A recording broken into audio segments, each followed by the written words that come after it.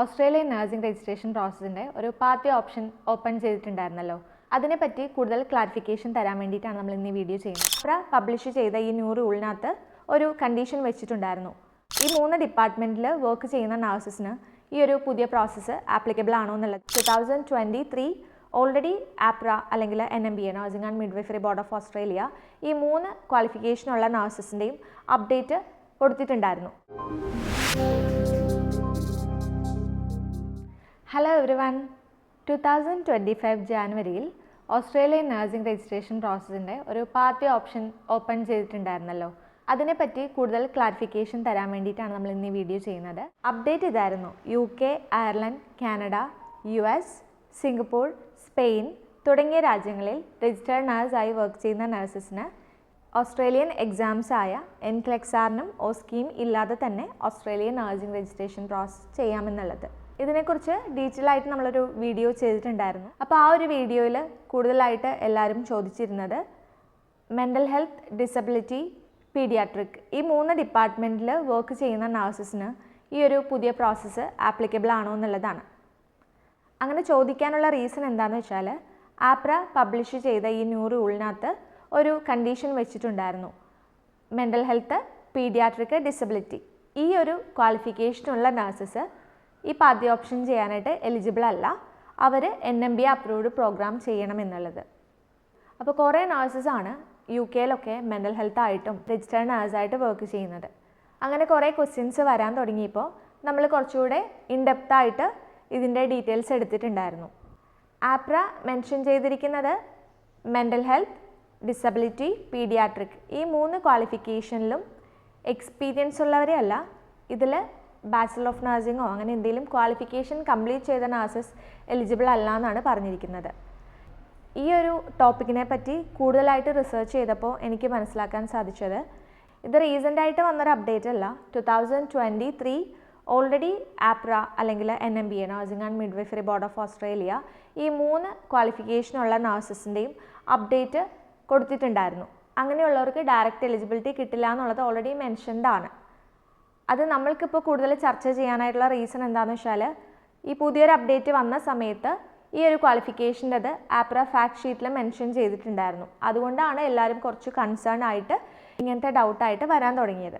അപ്പോൾ ഇത് പഴയ റൂൾ ആയതുകൊണ്ട് തന്നെ നമുക്കിതിനെക്കുറിച്ചിട്ട് ബാക്കിയുള്ള ഡീറ്റെയിൽസും APRA മെൻഷൻ ചെയ്തിട്ടുണ്ട്. ക്ലിയർ ആയിട്ട് പറഞ്ഞിരിക്കുന്നത് എന്താണെന്ന് വെച്ചാൽ ഈ പറഞ്ഞ ഡിപ്പാർട്ട്മെൻറ്റിൽ വർക്ക് ചെയ്യുന്ന നഴ്സസിന് പ്രശ്നമില്ല.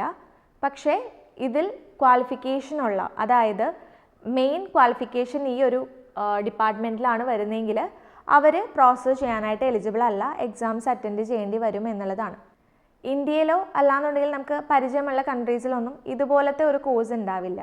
ഓക്കെ, അതല്ലാതെ bachelor of mental health nursing അല്ലെങ്കിൽ bachelor of psychiatric nursing, bachelor of nursing in paediatric, disability അങ്ങനെ bachelor of nursing qualification specific ആയിട്ട് ഉള്ള ചില കൺട്രീസ് ഉണ്ട്.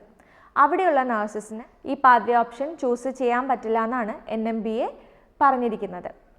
അതിൻ്റെ റീസൺ എന്താണെന്ന് വെച്ചാൽ ഓസ്ട്രേലിയയിൽ ഇങ്ങനത്തെ ഒരു കോഴ്സും അപ്രൂവ്ഡ് ആയിട്ടില്ല. NMBA അപ്രൂവ്ഡ് ആയിട്ടുള്ള, അതായത് ലീഡിങ് ടു രജിസ്ട്രേഷൻ ഉള്ള കോഴ്സസ് എല്ലാം കോമൺ ബാച്ചിലർ ഓഫ് നഴ്സിംഗ് ആണ്. അതിനകത്ത് സ്പെസിഫിക്കലി മെൻ്റൽ ഹെൽത്തോ അല്ലെങ്കിൽ ഡിസബിലിറ്റിയോ പീഡിയാട്രിക്കോ അങ്ങനൊരു കാറ്റഗറി വരുന്നില്ല. സോ NMBA അപ്രൂവ്ഡ് കോഴ്സസ് ഓസ്ട്രേലിയയിൽ അവൈലബിൾ അല്ല, ഈ ഒരു ഡിപ്പാർട്ട്മെൻറ്റ്സിൽ അവൈലബിൾ അല്ലാത്തത് കൊണ്ട് തന്നെയാണ് APRA ഇങ്ങനെ ഒരു കാര്യം, ഒരു കണ്ടീഷൻ ഫാക്ട് ഷീറ്റിൽ മെൻഷൻ ചെയ്തിരിക്കുന്നതിൻ്റെ റീസൺ. അവർ ബാച്ചിലർ ഓഫ് നഴ്സിംഗ് നമ്മുടെ നാട്ടിൽ നിന്ന് പഠിച്ചിട്ടുണ്ടാവും. അത് കഴിഞ്ഞിട്ട് UK-ൽ രജിസ്റ്റേർഡ് നഴ്സായിട്ട് വർക്ക് ചെയ്യുന്നുണ്ട്. അവർക്ക് MSc മെൻ്റൽ ഹെൽത്തിലോ അല്ലെങ്കിൽ പീഡിയാട്രിക്കിലൊക്കെ ഉണ്ടെങ്കിൽ അവർക്ക് ഈ ഒരു ഇത് ബാധകമല്ല. കാരണം മെയിൻ ക്വാളിഫിക്കേഷൻ എന്നാണ് അവർ ഉദ്ദേശിക്കുന്നത്. APRA മെൻഷൻ ചെയ്തിട്ടുണ്ട് sole qualification in mental health, disability or paediatric. So അങ്ങനെ വരുമ്പോഴേക്കും ഇത് ആപ്ലിക്കബിൾ ആയിരിക്കില്ല. എന്നാലും ചില കാൻഡിഡേറ്റ്സിന് ഇപ്പോൾ പേടിയുണ്ടാവും, മെൻ്റൽ ഹെൽത്തിലാണ് വർക്ക് ചെയ്യുന്നത്, അവർക്ക് പ്രോസസ്സ് ചെയ്യാൻ പറ്റുമോ എന്നുള്ളതൊക്കെ ഒരു പേടി ഉണ്ടാവും. അപ്പോൾ നമുക്ക് ഡിസിഷൻ ലെറ്റർ കിട്ടിക്കഴിഞ്ഞാൽ ആ ഒരു പേടി ആർക്കും വേണ്ട, പ്രോസസ്സ് കംപ്ലീറ്റ് ചെയ്യാൻ പറ്റുന്നതാണ്. ഒരു 98% വേറെ ഇഷ്യൂസ് ഒന്നും വരില്ല. പിന്നെ അവരുടെ ലൈസൻസിൽ എന്തെങ്കിലും കണ്ടീഷൻ ഉണ്ടോ അങ്ങനെയൊക്കെ ചെക്ക് ചെയ്തിട്ടാണ് കേസ് മാനേജർ ഡിസിഷൻ തരുന്നത്. അപ്പോൾ എന്തായാലും നമുക്ക് മനസ്സിലാക്കാൻ സാധിച്ചത് നമ്മുടെ നഴ്സസിനൊന്നും ഇത് ആപ്ലിക്കബിൾ അല്ല. മെൻ്റൽ ഹെൽത്തിലോ പീഡിയാട്രിക്കിലോ ഡിസബിലിറ്റിയിലൊക്കെ വർക്ക് ചെയ്യുന്ന നഴ്സസ് ആണെങ്കിൽ അവർക്കും രജിസ്ട്രേഷൻ പ്രോസസ്സ് ചെയ്യാനായിട്ട് സാധിക്കും. UK വർക്ക് ചെയ്യുന്ന നഴ്സസൊക്കെ ആണെങ്കിൽ അവരുടെ NMCയുടെ ലൈസൻസ് ഉണ്ടല്ലോ, ആ ഒരു പിൻ നമ്പറിൻ്റെ ആ ഒരു പേജിൽ കാണിക്കുന്നുണ്ടാവും ക്വാളിഫിക്കേഷൻ എന്ന് പറഞ്ഞിട്ട് മെൻ്റൽ ഹെൽത്ത്. അപ്പോൾ അങ്ങനെയുള്ള നഴ്സസിനൊക്കെയാണ് ഒത്തിരി ഡൗട്ട് ഉള്ളത്. അപ്പോൾ എന്തായാലും കുഴപ്പമൊന്നുമില്ല, എല്ലാവർക്കും പ്രോസസ്സ് സ്റ്റാർട്ട് ചെയ്യാൻ പറ്റുന്നതാണ്. 1 April 2025 മുതലാണ് NMBA പുതിയ ഈ ഒരു പാത്വേ ഓപ്ഷൻ്റെ ആപ്ലിക്കേഷൻസ് അക്സെപ്റ്റ് ചെയ്ത് തുടങ്ങുന്നത്. പക്ഷേ നമ്മൾ ആപ്ലിക്കേഷൻസ് ഡെസ്മ ഇൻ്റർനാഷണൽ അക്സെപ്റ്റ് ചെയ്യുന്നുണ്ട് രജിസ്ട്രേഷന് വേണ്ടിയിട്ടുള്ളത്. കാരണം എന്താണെന്ന് വെച്ചാൽ ആ ഒരു ടൈം വരെ വെയിറ്റ് ചെയ്ത് നിന്നാൽ നമുക്ക് അത്രയും അധികം റഷായി പോകും. അപ്പോൾ അത് അവോയ്ഡ് ചെയ്യാൻ വേണ്ടിയിട്ട് നമ്മൾ പ്ലാൻ ചെയ്തിട്ട് ആപ്ലിക്കേഷൻസ് എടുക്കുന്നുണ്ട്. ഫസ്റ്റ് രജിസ്റ്റർ ചെയ്യുന്ന ആ ഒരു ഓർഡറിലായിരിക്കും നമ്മൾ 1 April മുതൽ ആപ്ലിക്കേഷൻസ് സബ്മിറ്റ് ചെയ്യുക. ഇപ്പോൾ തന്നെ ഒരുപാട് നഴ്സസ് നമ്മൾ ത്രൂ രജിസ്റ്റർ ചെയ്തിട്ടുണ്ട്.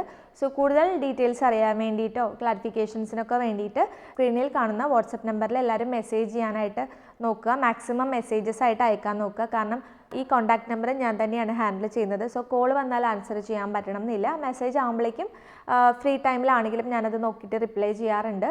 സോ വീഡിയോ കണ്ട എല്ലാവർക്കും താങ്ക് യു സോ മച്ച്. പുതിയൊരു ഇൻഫോർമേറ്റീവ് വീഡിയോ ആയിട്ട് വരുന്നതുവരെ ബൈ.